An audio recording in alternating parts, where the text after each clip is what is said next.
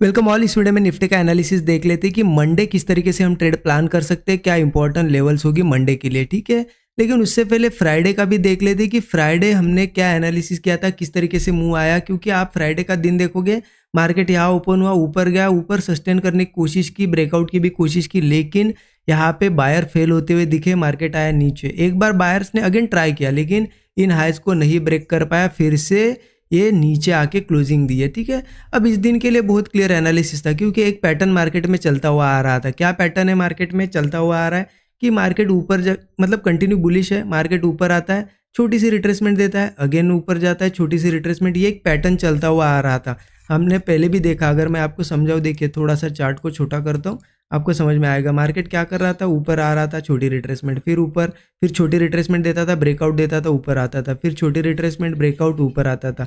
और ये सेम चीज़ market follow कर रहा था। इसलिए हमने आज के दिन भी उसी चीज़ को यहाँ पे अप्लाई किया है, क्योंकि ये डिस्कशन भी हमारा था कि मैंने क्या बताया था आपको कि मार्केट अगर गैप अप वगैरह होता है और ऊपर जाता है डायरेक्ट, तो कॉल तो नहीं ले सकते। क्यों नहीं ले सकते? क्योंकि ऑलरेडी एक दिन पहले बढ़ चुका है, तो डायरेक्ट एंट्री नहीं कर सकते कॉल में। हमें एक रिट्रेसमेंट का वेट करना था, रिट्रेसमेंट के बाद ब्रेकआउट पे हम कॉल ले सकते थे, हमारा डिस्कशन था।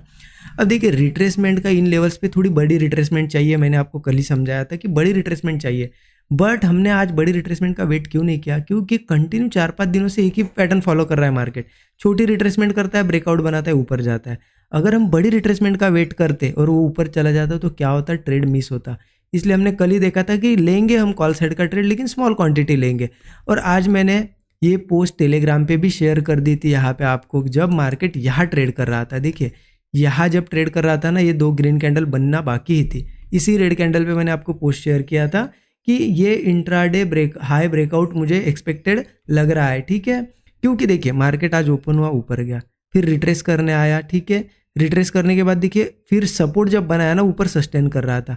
इसलिए मैंने यहाँ पे इस रेड कैंडल के आसपास ही आपको बताया था कि ये हाई ब्रेकआउट एक्सपेक्टेड है, क्योंकि यहाँ से इस तरीके से देखिए एक ट्रेंड लाइन भी बन रही थी और मार्केट ने आज बनाया भी बहुत अच्छा ब्रेकआउट। ये रेजिस्टेंस अगर मैं मार्क करूँ, देखिए यहाँ पे ही मैंने ट्रेड बहुत जल्दी प्लान किया था, जैसे मैंने आपको पोस्ट शेयर किया ना, यहाँ यहीं पे ट्रेड प्लान किया इस कैंडल पे। ठीक है, और लगभग यहाँ पे मुझे 1:1 के ऊपर टारगेट भी मिल रहा था। बट देखिए 1:1 1:2 के लिए हम यहाँ पे प्ले ही नहीं करते, हमें चाहिए बड़े टारगेट्स 1:3 के ऊपर के। इसीलिए मार्केट रिटर्न आया और यहाँ पे एसएल चला गया। आज के दिन एसएल वाला दिन था। ठीक है, देखिए हफ्ते में 3 से 4 दिन भी प्रॉफिट मिले और 1 या 2 दिन एसएल जाए तो कोई फर्क नहीं पड़ता, क्योंकि हमारा एसएल छोटा होता है। टारगेट जब लेते हैं हम बड़े लेते, 3-4 गुना बड़े होते हैं हमारे एसएल से, राइट। तो ये एसएल वाला दिन था आज के दिन, क्योंकि मार्केट ऊपरी लेवल पे अब सस्टेन नहीं कर पाया आज के दिन। 4-5 दिनों से कंटिन्यू जो पैटर्न फॉलो कर रहा था उसको आज मार्केट ने ब्रेक किया और थोड़ा सेलिंग साइड आके क्लोज हुआ है। ठीक है, और देखिए टेलीग्राम पे मैं अक्सर यहाँ पे आपको पता है ज़्यादातर ऐसा कुछ शेयर नहीं करता हूँ, लेकिन आज मुझे थोड़ा यहाँ पे कॉन्फिडेंस अच्छा लग रहा था, ज़्यादा मैं कॉन्फिडेंस था इस सेटअप पे, तो इसलिए मैंने वो शेयर किया था आपके साथ। तो टेलीग्राम चैनल देखिए, कोई यहाँ पे पेड वगैरह नहीं है। टेलीग्राम चैनल जो है बिल्कुल फ्री है, वहाँ पे एजुकेशन पर्पज़ से, लर्निंग पर्पज़ से मैं कुछ ना कुछ शेयर करते रहता हूँ। तो आप टेलीग्राम ज्वाइन कर सकते हो। इस वीडियो के डिस्क्रिप्शन में आपको टेलीग्राम चैनल की लिंक मिल जाएगी। ठीक है, लिंक से ही ज्वाइन करना है आपको, कोई सर्च वगैरह करके मत ज्वाइन करिए। ठीक है, क्योंकि कोई भी फर्जी चैनल्स दिख जाते हैं वहाँ पे, तो आप सिंपल लिंक से ज्वाइन कर लीजिए। ठीक है, अब देखिए मंडे कैसे ट्रेड प्लान करना है वो ज़रूर आपको यहाँ पे समझना पड़ेगा। ठीक है, उसके लिए हम क्या करते हैं, 15 मिनट चार्ट पे चलते हैं। ठीक है, 1 आवर चार्ट पे भी एक बार मैं बता देता हूँ कि 1 आवर चार्ट पे एक ही चीज़ हमें दिखाई दे रही है कि मार्केट बहुत अच्छा बुलिश मूव दे के ऊपर खड़ा है। और आज हम देखेंगे बड़ी बड़ी 1 आवर कैंडल पे भी रेड कैंडल्स बनी है, तो सेलिंग थोड़ी बहुत आ सकती है। मैं ये नहीं बोल रहा हूँ कि बस अब गिर ही जाएगा, लेकिन एक रिट्रेसमेंट मार्केट में बाकी है। मार्केट ने अच्छी खासी रिट्रेसमेंट ही नहीं की ना। आप देखो ना 1 आवर चार्ट पे पहले भी देखिए, जब मार्केट यहाँ से ऊपर गया एक छोटी सी रिट्रेसमेंट, यहाँ से ऊपर गया तो रिट्रेस ही नहीं किया, धीरे धीरे यहाँ पे एक छोटी सी रिट्रेसमेंट, फिर एक छोटी, तो अब एक बड़ी रिट्रेसमेंट आएगी। तो फिर बुलिश मार्केट को, मतलब ऊपर जाने के लिए, बुलिश होना है मार्केट को, एक अच्छी रिट्रेसमेंट देना ज़रूरी है,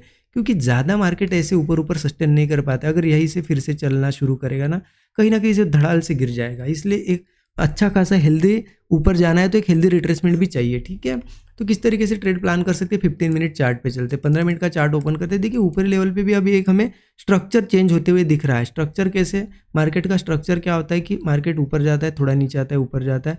मतलब ये जो है ना हायर लोज जो होते हैं ऊपर ऊपर शिफ्ट होते हैं, ठीक है, और हायर हाइट जो होते हैं वो भी ऊपर शिफ्ट होते हैं। यहाँ पे क्या देखने को मिल रहा है, मार्केट ऊपर गया, एक हाई बनाया, फिर लो बनाया, फिर यहाँ पे क्या हुआ, मार्केट ने ये जो फिर से हाई बनाया ना, ये इस हाई के नीचे है। मतलब आप इसका मीनिंग समझिए कि मार्केट ने एक बार यहाँ तक बायर लेके गए, फिर सेलर आए, फिर बायर ने ट्राई किया लेकिन यहाँ तक भी नहीं ले जा पाए, और सेलर आए, सेलर ने लेकिन ये बायर के नीचे लेके आके क्लोज किया। मतलब क्या हुआ है, जब ये ऐसा स्ट्रक्चर चल रहा होता है, जब ये स्ट्रक्चर ऐसा होने लगता है, क्या हो रहा है, ये स्ट्रक्चर अब चेंज हो रहा है। यहाँ पे सेलिंग साइड मतलब पुट साइड की पोजीशन बन रही है, सेलर्स आ रहे हैं। तो अगर मंडे के दिन भी यही कहीं ओपन होता है और नीचे के साइड जाता है तो एक पुट साइड की अपॉर्चुनिटी बन सकती है, ठीक है। तो कहाँ पे लेना है हमें ट्रेड, देखिए लगभग मार्केट इसके ऊपर नहीं ओपन होना चाहिए, क्योंकि अगर फिर से अगर ये हाई ब्रेक कर देता है तो क्या हुआ, ये स्ट्रक्चर चेंज हो रहा है, वो वापस से वो इस तरीके से चेंज हो जाएगा।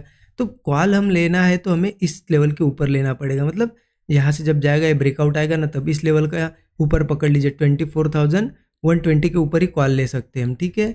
तो कॉल कैसे लेना है, ठीक है, चलिए मान लेते हैं मार्केट यहाँ से गया या गैप अप भी हुआ, तो इम्पॉर्टेंट है मार्केट इस लेवल के ऊपर सस्टेन करे।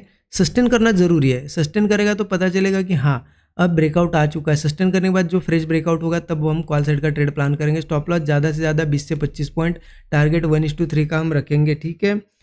ऊपर के साइड के मैं रेजिस्टेंस भी बता दूंगा आपको। लेकिन देखिए अगर मार्केट गैप अप भी होता है, मान लेते चलो हॉलीडे है, मतलब क्लोज रहेगा सैटरडे संडे, मंडे ओपन होने के बाद गैप अप अगर हुआ 100-200 पॉइंट का, तो उसके बाद हम क्या करेंगे, वेट करेंगे, थोड़ा बहुत करेक्शन आए, मतलब यहाँ पे रिट्रेसमेंट आए, उसके बाद जैसे ये यहाँ पे सपोर्ट बनाएगा और ऊपर होल्ड करेगा और ब्रेकआउट आएगा तब कॉल ही प्लान करेंगे। Stop loss 20-25 point, target 1:3। अगर ऊपर जाता है तो मार्केट रेजिस्टेंस कहाँ पे, देखिए 24,300 पे एक रेजिस्टेंस है, यहाँ पे यहाँ तक जा सकता है 24,300, एक रेजिस्टेंस आ जाता है 24,360, ठीक है। इन लेवल्स तक वो इजीली मूव करने की कोशिश कर सकता है, तो इस तरीके से प्लान करते हैं। अगर लेकिन इसके नीचे ही ओपन हुआ, क्योंकि ये स्ट्रक्चर चेंज हो रहा है, इसके नीचे यही कहीं ओपन हुआ और मार्केट इस तरीके से कोई स्ट्रक्चर बना के ब्रेक डाउन दे, या फिर मान लेते हैं यही कहीं ओपन हुआ, होल्ड किया, कंसोलिडेट किया और ब्रेक डाउन दिया, तो पुट लेंगे, क्योंकि अब सेल साइड आ सकता है, मार्केट थोड़ी बहुत स्ट्रक्चर चेंज हो रहा है, ठीक है। पुट साइड का ट्रेड लेंगे, यहाँ पे स्टॉप लॉस 20-25 पॉइंट, टारगेट 1:3 रख सकते हैं। लेकिन इसके नीचे अगर आता है मार्केट तो फिर कुछ सपोर्ट लेवल से ये भी आप लिख लीजिए, ठीक है। 23,860 का एक सपोर्ट है, इसके नीचे 23,760 का भी एक सपोर्ट है, इसके भी नीचे आता है तो 23,660 तक एक सपोर्ट है, ठीक है।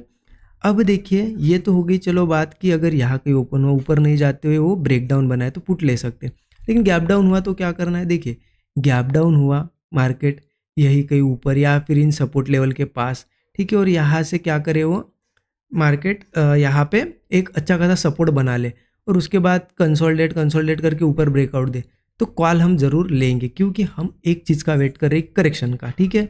हम क्या वेट करें कि ऐसा गया मार्केट एक करेक्शन करे। अब वो करेक्शन यहाँ से ओपन हो क्या है, या फिर सीधे गैप डाउन के साथ आया, मान लेते गैप डाउन के साथ आया तो हमारे लिए तो ये मुंह ही हो गया ना करेक्शन वाला। तो यहाँ कुछ सेटअप बनता है और ऊपर होल्ड करके ब्रेकआउट वगैरह बनता है तो कॉल हम जरूर प्लान करेंगे। लेकिन देखिए मार्केट बहुत ज़्यादा बुलिश है तो कॉल साइड के ट्रेड लेंगे तो क्वांटिटी स्मॉल रखना, अगर पुट साइड मिलता है तो क्वांटिटी रेगुलर रखेंगे, क्योंकि कॉल साइड अब रिस्की हो गया है। आज भी देखिए हमने कॉल साइड का ट्रेड लिया और फेल हो गया तो एक एसएल चला गया, तो इस वजह से थोड़ा कॉल साइड हम अब सिक्योरली जाने की कोशिश करेंगे, ठीक है। आई होप चीज़ें समझ में आई होगी आपको, कैसे क्या प्लान करना है, उस तरीके से लेवल का वेट करिए, सेटअप का वेट करिए, अच्छा खासा ट्रेड एक मिलेगा और ज़रूर टारगेट मिलेगा, ठीक है।